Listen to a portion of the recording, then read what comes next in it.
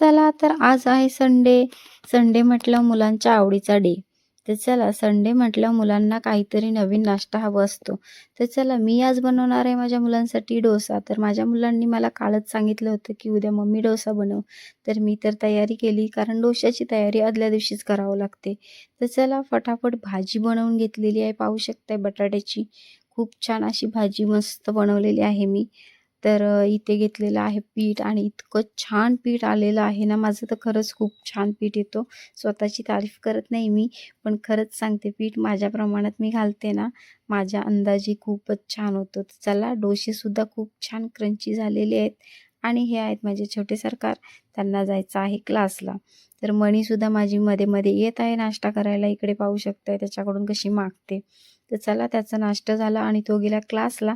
त्याच्यानंतर माझी सर्व कामं चालू झाली. तर मी आली होती दुकानामध्ये काम करायला माझ्या.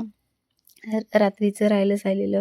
त्याच्यानंतर मी माझ्या मिस्टरांना सुद्धा छान गरमागरम डब्यामध्ये डोसा घेऊन आली. तर छान डोसा चटणी खाल्ली त्यांनी आणि मग मी आलेली आहे मंदिरामध्ये. तर चला मंदिरामध्ये तर वेण्या घालायला येत असते मी, तुम्हाला माहिती आहे. तर व्हिडिओ मी टाकला होता, तुम्हाला समजेलच.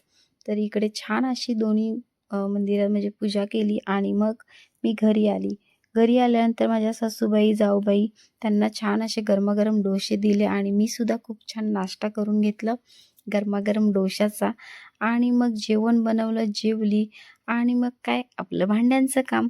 तर चला माझ्या घरात तर बेसिंग नाही आहे, त्याच्यामुळे हा आहे माझा आवार.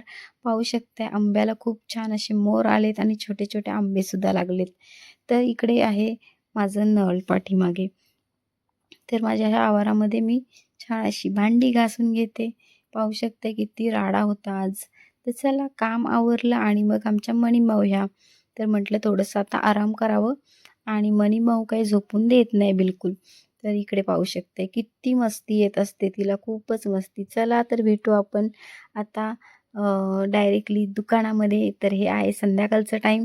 मी आलेली आहे दुकानामध्ये आणि मग आता दुकानात काय कस्टमर असल्यामुळे बिझीच बिझी. तर चला भेटू आपण.